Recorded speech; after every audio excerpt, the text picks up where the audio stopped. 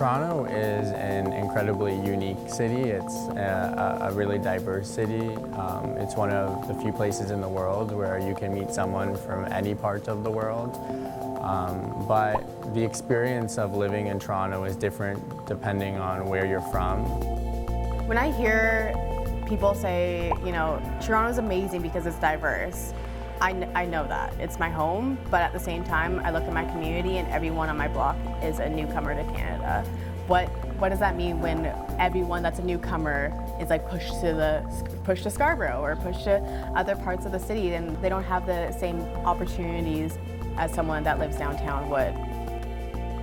I grew up in the inner suburbs of Toronto, and it certainly feels and looks different than the rest of the city. And I think that divide is the experience of a lot of Torontonians. I think if we want to protect what makes Toronto so great, being a place that's welcoming to people all over the world of all different socioeconomic backgrounds, affordability needs to be a key pillar of how we look at city planning. There is a disparity as to where the white population lives and the non-white population lives.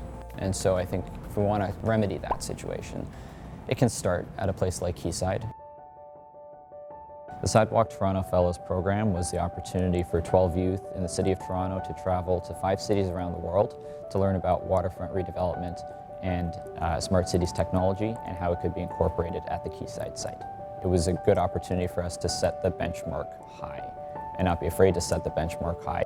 I think immediately it was apparent to me that this project was bigger than just a district on Toronto's waterfront. It was about defining Toronto and the type of city that we want. It was about having really big conversations about what does a city look like in the 21st century? What does regulation, experimentation, governance, ownership, what does all that mean when the lines between the public and private sector are more blurred than they've ever been before in a city where advanced technology is prevalent and affecting our lives in so many ways, good and bad.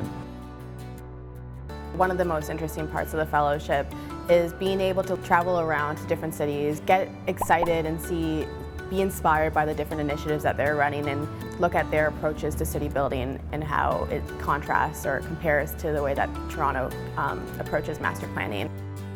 We saw a lot of great precedents for how to approach public spaces and transportation, housing affordability. But if I were to nail it down to one specific aspect that I think Toronto really needs to take home is the political will, literally, to drive home and take value in city-owned property.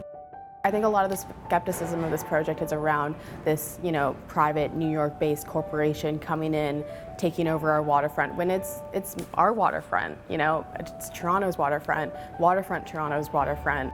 I think that the public side of the public-private partnership is the strongest aspect. It's really amazing to see a project of this scale take a lot of initiative in consulting with the public and doing these big round tables where you're generating a lot of interesting ideas, and it's amazing to see the civic engagement that it takes to bring out families and students to write down their ideas about what matters to them in a good public space. But I want that to resonate the most with Waterfront Toronto. I want that to resonate the most with the city leaders, the public, democratically elected officials that own the land, that represent my interest. When I think about Quayside in the future, I envision it to be fundamentally that thing that we all want, we all talk about, that inclusivity, that diversity, that affordability. When I think about Quayside 20 years from now, I hope that the jobs will be there. Quayside is being pitched as it's going to create these high-paying jobs in a sector of the economy that is booming and that's going to be booming. And I really hope that it follows through on that. I want us to look back and recognize that Quayside was the birthplace of some really innovative ideas to tackle some of our most pressing urban challenges, that some of the achievements we've made here, like housing affordability, new modes of transportation, fantastic public spaces, scales around the city, and it all started at Quayside.